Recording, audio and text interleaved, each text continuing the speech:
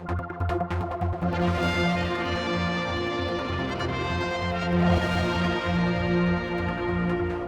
with the Chief Minister this Friday. The briefing, which we kind of thought we were going to touch upon it last week. I kind of alluded that I'd heard things about the earnings survey may not be all good news. It wasn't out in the end. It's out now, and you've actually come in with 0.7 increase. So better news than you were thinking, or is it always been? Yes, the reason we delayed it for a few days was simply to make sure it was in proper digestible form that the public could fully understand. Yes, the average earnings have gone up by 0.7% this year. Not a huge increase, but it is a move in the right direction. And when you think we've had stagnation because of wage freezes in government and in the private sector over the last few years, it perhaps is an indication now that things are on the move. More confidence exists within the economy. Unemployment alongside this is dropping fast, so there are shortage of labour in some areas. And the main impact of this on the consumer is there's more disposable income available, and that will help the local domestic economy, which has been in the doldrums now for a few years.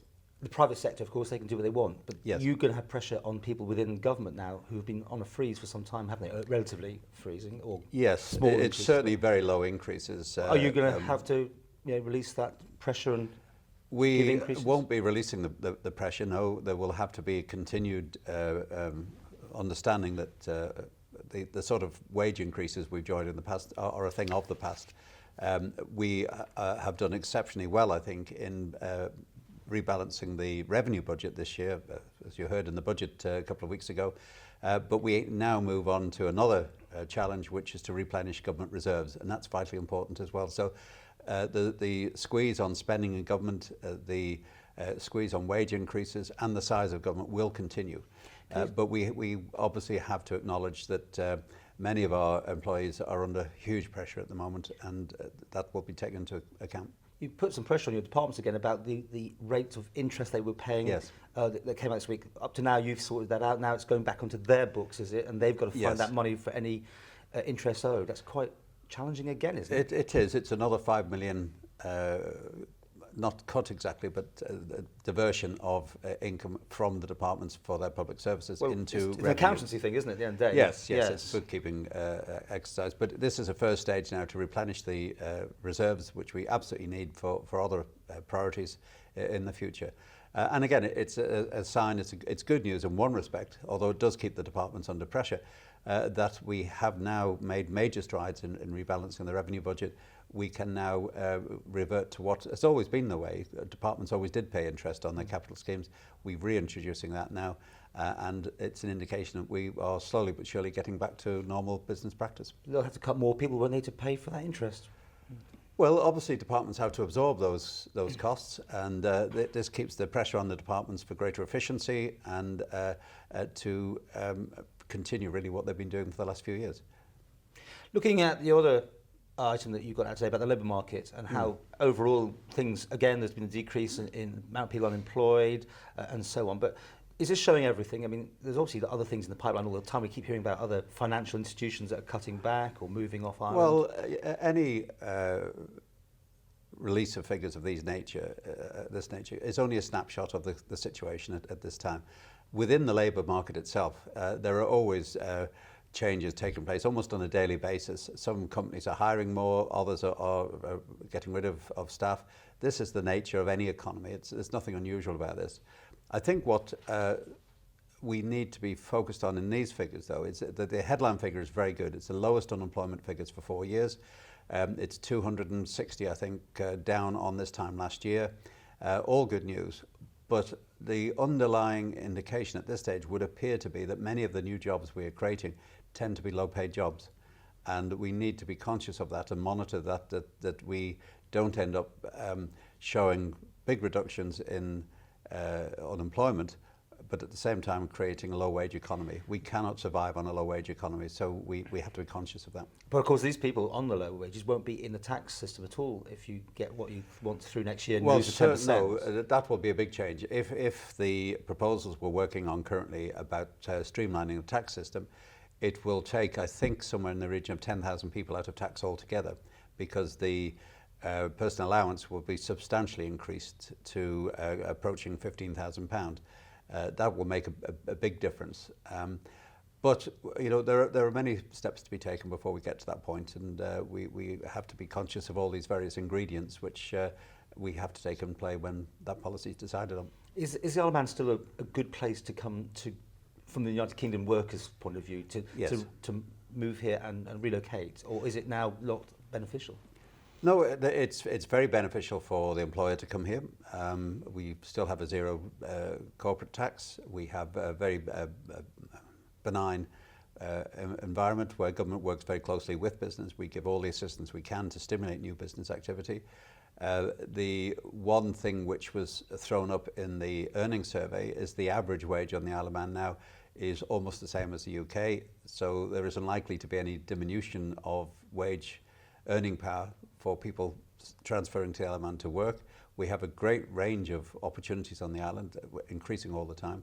It's a very good place to work. It's a very good place for business to locate, and that all the indications we have at the moment is that is still continuing. If someone's trying to sell their house, there still seems to be such a blockage. Prices have not been coming down. They seem to have stagnated. Everyone wants what they wanted before 10 years earlier, but nothing seems to have moved. People can't get on. Prices have been dropping over the last certainly 2 or 3 years. The average price of a house now is substantially, I think, down on where it was 2 or 3 years ago. I mean, people are asking still what they want, but they may take a less. You're saying it's soft. The prices are soft. Yeah, there is still that element that some people are still over ambitious in what value they place on their property, and until that changes, we're not going to get a lot of movement. But we have to obviously be conscious that we have a growing number of younger people in need of housing. We need to make the housing market accessible to those people, either through government assistance or more realistic pricing within the market itself. And that adjustment, I think, still has to continue.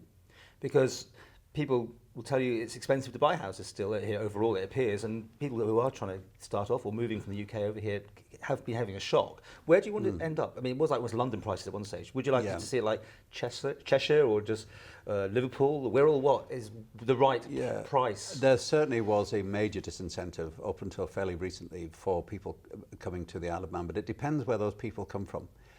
If they're coming from the northwest of England, then there really is a problem, because certainly at one period, house prices in the Isle of Man were very nearly double what they were in the northwest. If you're coming from a city environment, London, Manchester, whatever it might be, prices aren't that far adrift from what they would be expected to pay there. So it's a regional thing, really. It depends where people come from. Prices on the Isle of Man have been high over the last few years. That's a reflection, I think, on the strength of the economy, the number of people coming here to live and work. But I think that is balancing out now, and we will see more realistic figures coming out of the housing market shortly. Okay, what's your views on the space race business and losing the space stations, heading off to other jurisdictions? Well, we don't actually know where the space tourism project has gone to. It may well be that the project just hasn't worked out. These things happen in business. That's life. You lived off the fourth likely nation or something to land on the moon there. That was always a good little number, wasn't it, for a while? That still is a potential. Our link up with Google still exists, and that may be the outcome. This is just one business which is transferred off the island. There's still plenty of activity in the satellite business. We have some big players still registered on the island, and we are still promoting the island for space related activities. Is this another case of the UK looking at this one as well and deciding they'd also like to muzzling? They're coming up with proposals of places they might want to launch in the future, I see. I met one of our strongest critics over the recent years has been Vince Cable, who's the business secretary in the UK. Not a great fan of the Isle of Man, but I happened to meet him 2 or 3 years ago at a dinner in London. And the only thing he wanted to talk about at that point was space. Tell us about the Isle of Man space industry, and very enthusiastic. Picking your brains, was he? Absolutely. And the UK now are very much back in the market. When Margaret Thatcher was Prime Minister, she totally destroyed the UK space industry. She would refuse to give it any funding whatsoever, and it really drifted out of that sector altogether. Lately, though, people have started to wake up and realise the economic benefits which will come by being involved with space-related business sectors. The Isle of Man was ahead of the game on that, but now we have more competition, and as in many things, it is a very competitive world now, and we have to fight as hard as we possibly can to hang on to this business and develop new leads.